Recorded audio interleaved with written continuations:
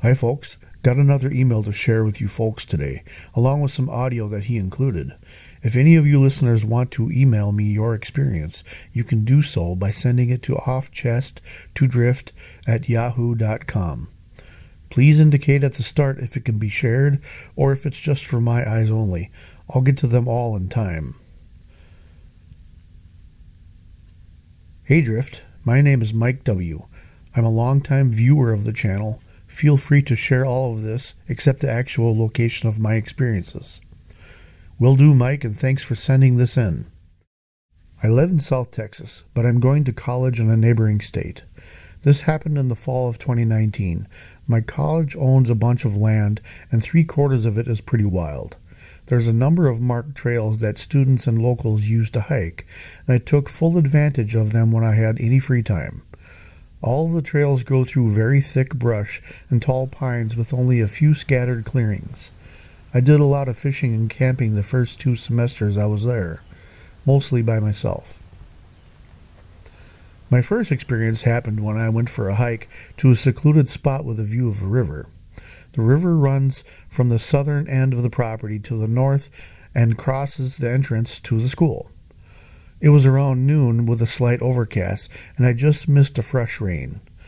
The spot is off one of the main trails and is very easy to miss if you aren't looking.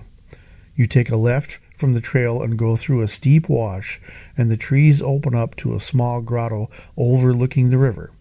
I was just about to turn off the trail when I spooked something big at the bottom of the wash and sent it crashing through the brush.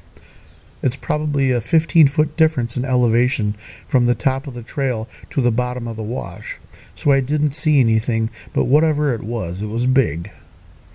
I told myself it was a deer, but I wasn't so keen on sticking around to find out, so I started to head back. As I was walking, I noticed footsteps off to my right, about 10 yards into the brush. It was a sure, clear 1-2, 1-2 cadence, and when I stopped, it stopped. I stopped 2 or 3 more times to make sure I wasn't just hearing things, and when I was sure something was following me, I felt every one of my hairs stand on end. It was like I had been zapped with a feeling of unholy dread, and I froze in place. I strained to listen for anything, but the woods had gone silent. I was panicking inside, but I kept a steady walking pace back to the school. I know for a fact no man can walk through that brush without making a huge racket, breaking branches and stumbling, but only heard footsteps following me, all the way out. The next day I told my friend about what happened, and he very reluctantly told me something similar happened to him. He was walking the same trail a month earlier with earbuds in, listening to music. He said he heard what sounded like someone took a baseball bat to a tree not 5 feet to his right. It scared the living shit out of him, and he took his earbuds out to listen. When he began to walk again, he noticed footsteps directly behind him, and when he stopped, they stopped. He would glance over his shoulder, but see nothing. Still being followed, the trail opened into a small clearing, and as he came into the center of it, he twirled around quickly, hoping to catch a glimpse of whatever it was, but saw nothing. No footprints, no darting off into the bush, nothing. Finally, he said to himself, "If I'm going to die, I don't want to hear it coming," and put his earbuds back in and kept walking. A few weeks later, 2 of my friends and I had a late night of bar hopping. We made it back to the campus around 3 o'clock in the morning, and as we were sitting in the parking lot having a smoke, we heard what sounded like something making very loud whooping sounds from the woods. Now, I've spent most of my life in the outdoors, and although I'm no expert with Louisiana wildlife, I know the sounds I heard were not made by the usual critters. We listened to it for 15 minutes before I took my phone out to record it. It sounded like it was a couple 100 yards away. In the minds of my inebriated friends, it was a car alarm in the middle of the woods, deep in the swamp, with only single-track access and mud pits around every turn. They didn't think much of it, if there's any thinking at all. Anyways, these were a couple of experiences that have completely changed the way I view the outdoors. I still enjoy escaping the city when I can, but I am more cautious now than ever, and certainly never alone. I'll leave a link to the video I took. Feel free to share it, sample it, or at the very least tell me what you think. My friends were pretty talkative when I was recording because one of them had gotten so drunk he walked out of the bar and got lost. We had spent the previous 3 hours driving around trying to find him. Mike W. Thanks for sending that in, Mike. Yep, I've had that happen to me a couple of times. That moment when you realize that something is pacing you, mirroring your footsteps. Well, it's not fun. Like you put it, all of your hairs stand on end. Had it happen to me a few times. Twice, actually. First time I didn't know what was going on. I was still a non-believer skeptic at that point. From what I remember of this last time, I think it was the summer of 2016, about a year after I had my first encounter, and in roughly the same area. The moment I realized something was pacing me, it seemed like time slowed way down, and everything went dead silent. I have a weird recollection of the only sound I could hear. It was my heart pounding in my ears. It was then I knew my adrenaline had kicked in. Everything my body was doing was getting me ready to fight or flight. But my brain vetoed the whole attempted coup, so I remained motionless for 5 minutes. Nothing. 5 minutes turned to 10. Still nothing. I began to stiffen up, so I slowly repositioned my feet so I was facing the right side of the trail, where it was, from my best guess. I didn't realize it, but I had my right hand on my .45 the whole time, ready to pull it from its sheath. I had to work to straighten out my knuckles. There was a bushy area to my right, about 30 feet off trail, where I had no line of sight beyond. My eyes glued, I slowly bent down and plucked a large blade of grass from the ground. Slowly stood back up again. Then I decided to do something that I haven't done since I was a kid. I took that large blade of grass and stretched it taut between the inside of my thumbs, so tight it would resemble a reed from a mouthpiece from an oboe or clarinet or whatever.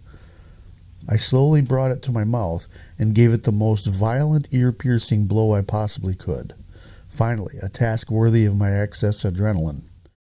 It was impressive loud, and immediately that bush I was staring at came to life. It erupted with 4 or 5 violent crashes away from me, but did not continue deeper in. I laughed out loud nervously, almost like a "gotcha, two can play at that game, hairy dude" kind of laugh. That whole experience was nerve-wracking enough for me. I can't imagine how it would have impacted me if I was unarmed. It would have been terrifying. So here's a clip of that audio that Mike sent me.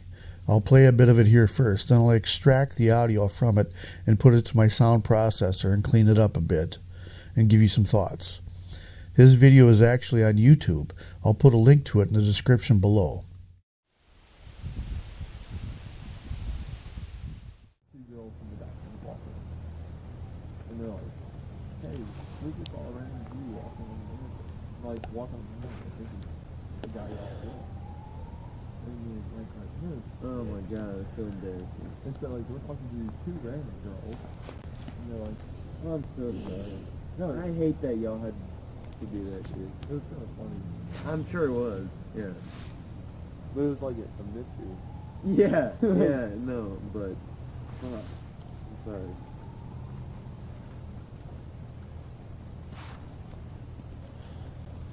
In the end, eventually me and Mike were like, okay, like, let's go find him.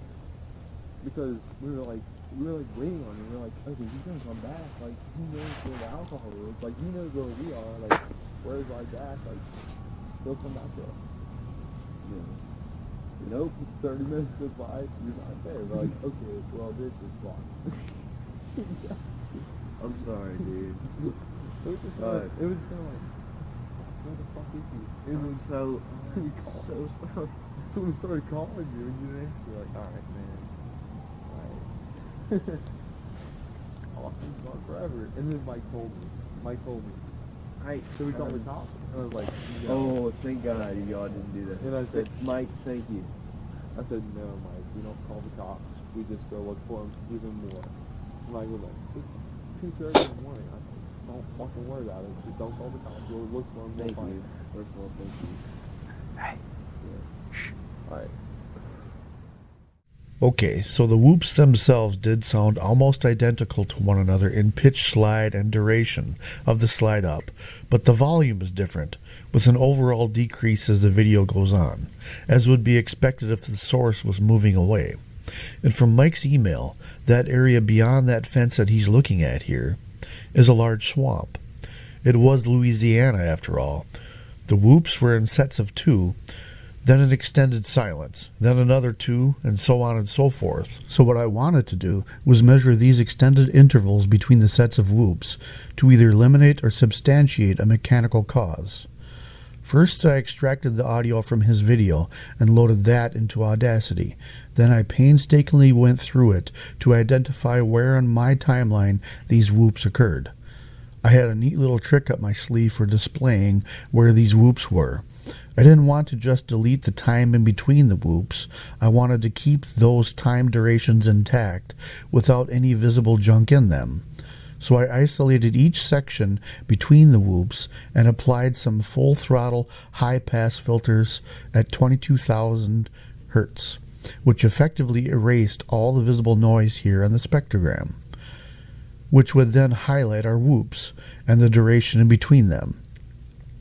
So here's the entire video's audio with the non-whooping sections whited out.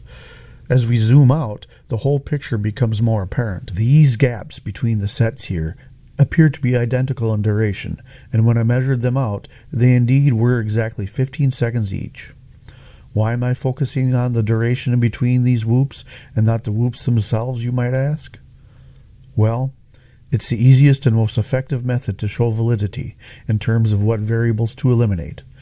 If it was a car alarm, these gaps would be identical.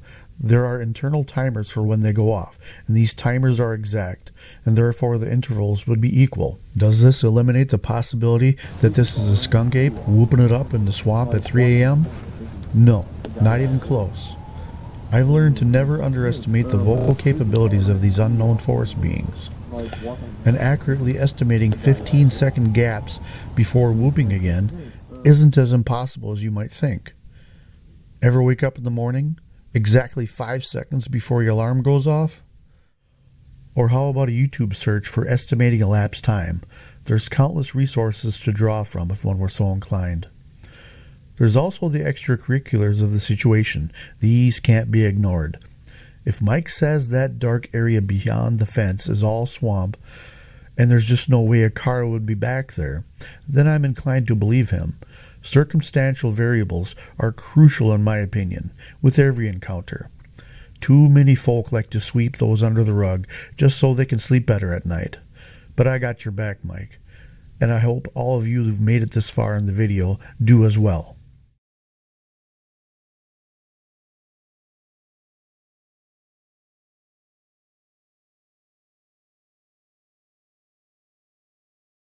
If you like my videos, please consider subscribing. Click on the bell to get notifications when I post a new video.